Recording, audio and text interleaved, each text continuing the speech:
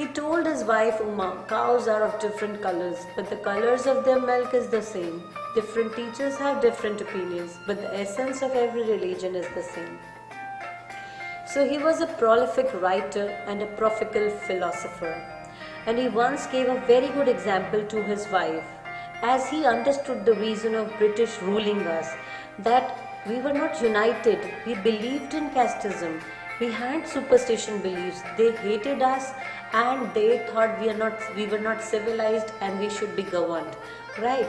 And he made his wife clear that although cows are of different colors, the color of milk is same. Although we had different religions and have different thoughts, opinions, and the color of his skin and the essence of all religion is same. God is one, as our blood color is also same. So he tried to explain through this thought that we should not fight, we should unite first to get rid of this British rule.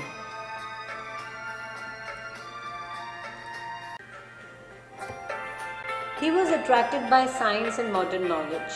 Knowledge should be practical and scientific. He started newspapers, but the suspicious British stopped them in 1823. So he was a learned man.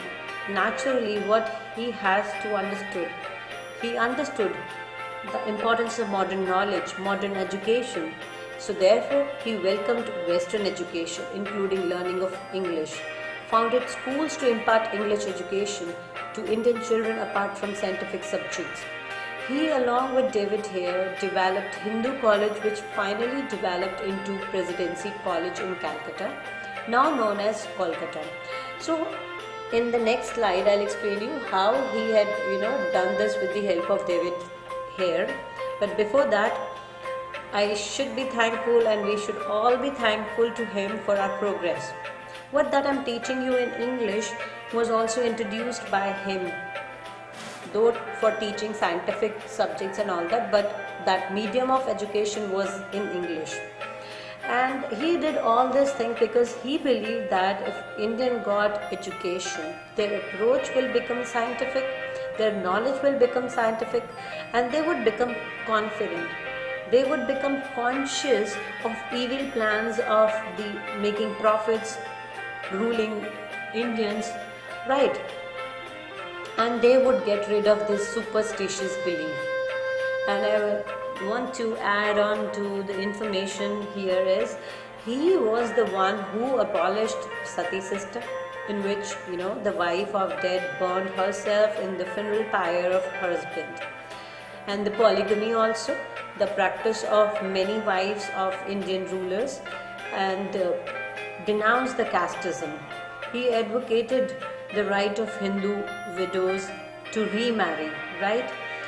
And not only this, he started newspapers, and the suspicious Britishers got to understand that now he's opening colleges and he is trying to impart knowledge to Indians. He's trying to get the message across to all the Indians through these newspapers. We should stop them, and they stopped these things in 1823. He crossed the seas and went to England to see what made the British powerful. There he told them, "We accept you as rulers, and you must accept us as subjects, but you must ever be mindful of the responsibility a ruler owes to their subjects." So he went to London, to England, to learn more about the British, what they do, how they do, means they live, what is their culture.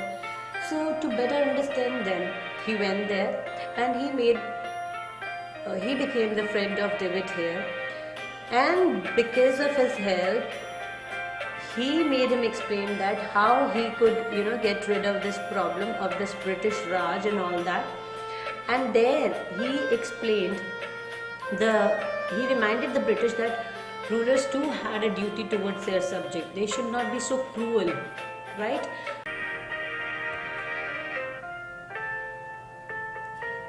But the British continued to oppress Indians.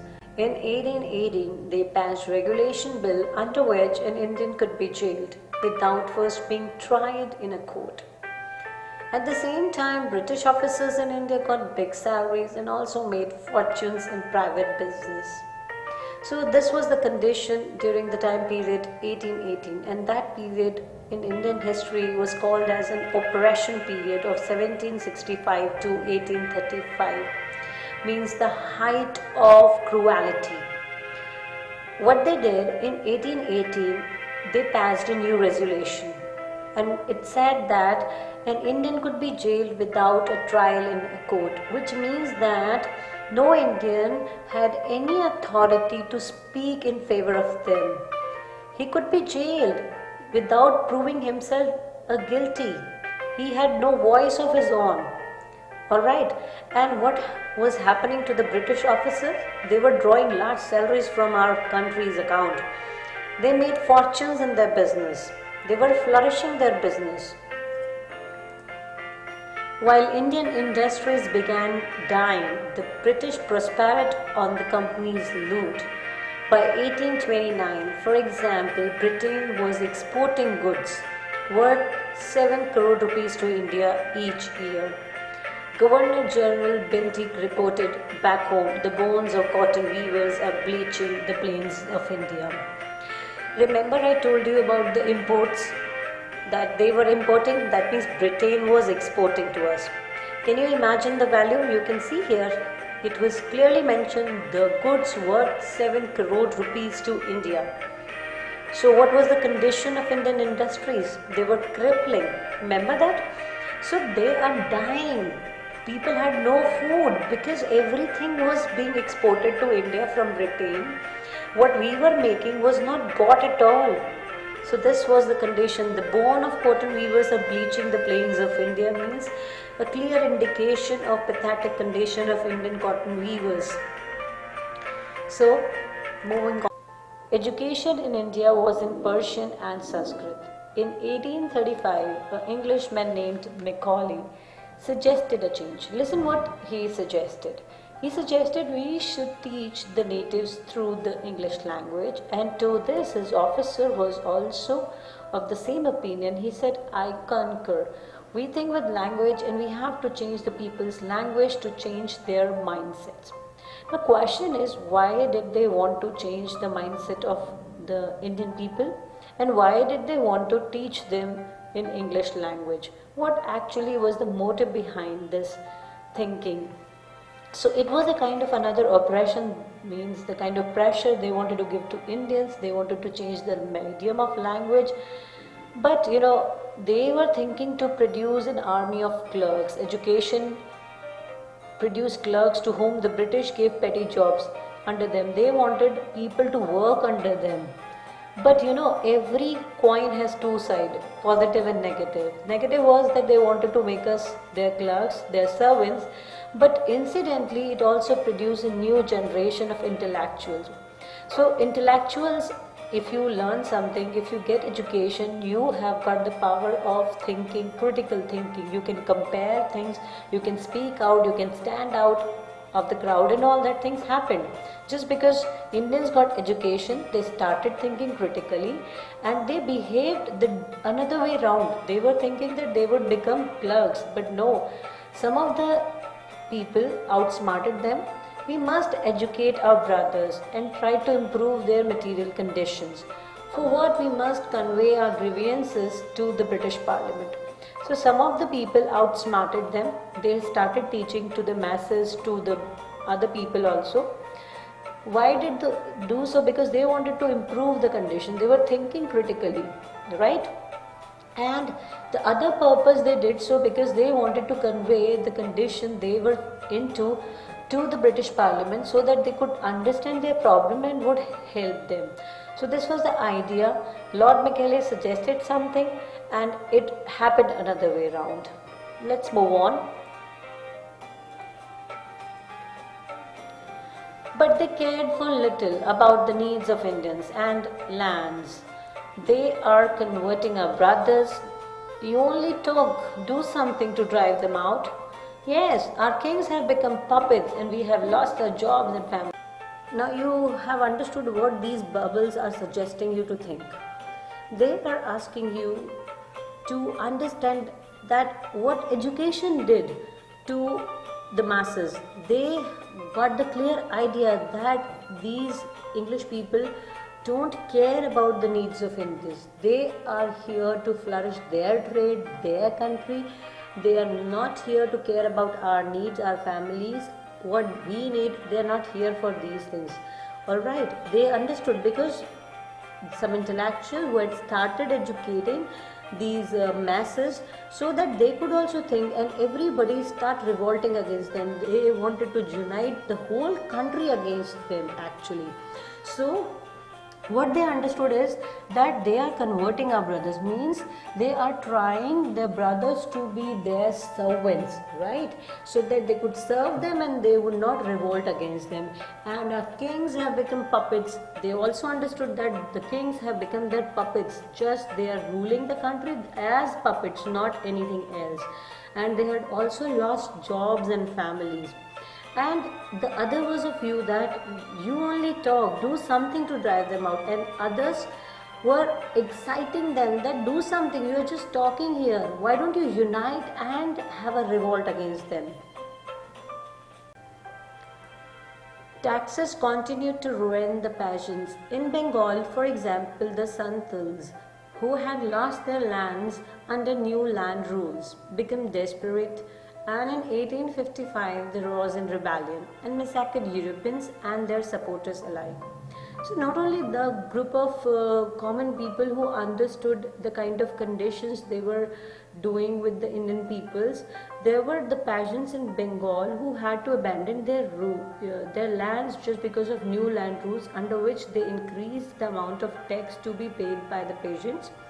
And these Persians had become desperate, they couldn't stand this increment, so they rose in rebellion in 1855 and they killed Europeans and their servants, whoever came before them, they killed them because they were not in position to understand this new increment, and they revolted against that. Discontentment was also growing among the Indian sepoys. Sepoys means sipahi in Hindi. In the East India Company's army, the white soldier gets huge pay, mansions to live in and servants, while we get pittance and slow promotion. The Angrez ask us to cross the sea, which is against our religion. Who is the Topiwala to abolish our age-old customs? We must drive out the Angrez. Sepoy Mangal Pandey attacked the adjutant officer of his regiment and was executed by hanging. So it was not only the Persians and the common people, but the discontentment was rising, increasing in the East India Army too. Sepoy Mangal Pandey attacked the adjutant of his regiment in order to show his contempt against these English people, because the content was genuine. They were comparing now their situation to those English people, English army people even, because they were getting huge payments, mansions to live in, they were getting servants to serve them, and instead of getting promotions, they were getting slow promotion. They didn't know when they will be promoted, they will get new salaries and all that. And one more thing which was disturbing them was that they Angrez people, these English people, were asking them to cross the sea, in which they felt that it was against their religions. So they were talking like this way, that how they could threaten them to go against their religion.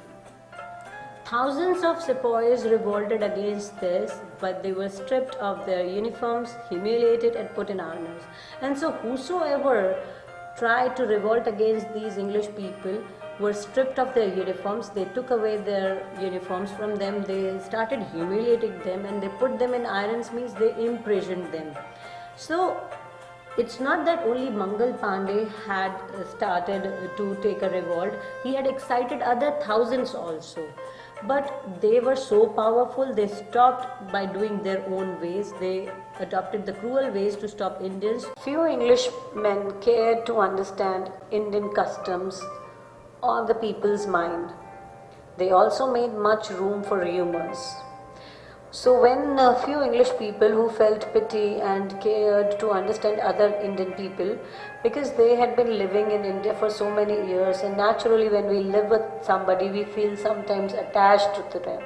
So, when they started sharing the insider information with other Indians, that gives a room for rumors among Indians, because they were not literate people and they started spreading. And what rumor was spreaded during that time?